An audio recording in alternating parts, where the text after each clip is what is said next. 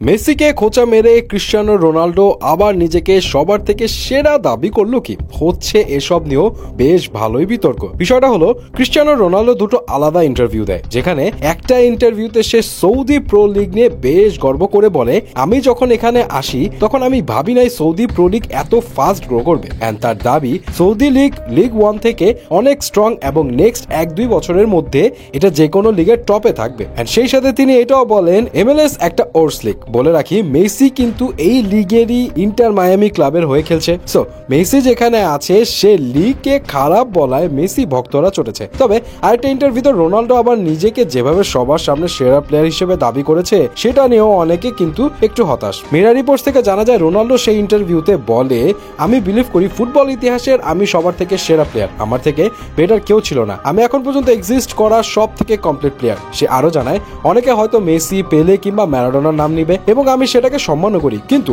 আমি আমার মন থেকে বলছি আমার চাইতে বেটার প্লেয়ার আমি একটাও ফুটবলের ইতিহাসে দেখিনি। এখন রোনাল্ডো এর আগেও এমন দাবি করেছে, তবে এবার তার কথা শুনে অনেকে বলছে নিজেকে যে বড় বলে সে বড় নয়। এন্ড মেসি ভক্তরা প্রশ্ন করছে কিসের সেরা? মেসি থেকে কম ব্যালন ডি'অর অ্যাওয়ার্ড, একটা ওয়ার্ল্ড কাপ নাই ঝুলিতে, তাহলে সেরা কিভাবে? এসব দাম্ভিকতা ছাড়ুন আপনি। যদিও কারো কারো মতে ভাই, একজন যখন নিজেকে নিয়ে এত হাই লেভেলের কথা বলতে পারে তখন নিশ্চয়ই এমনি এমনি তো আর বলছে না, সেরা বলেই বলছে। যাই হোক, এই তর্ক বিতর্ক বহু পুরনো অ্যান্ড চলতেই থাকবে। সবকিছু মিলে আপনার কি মনে হয় জানাবেন কিন্তু।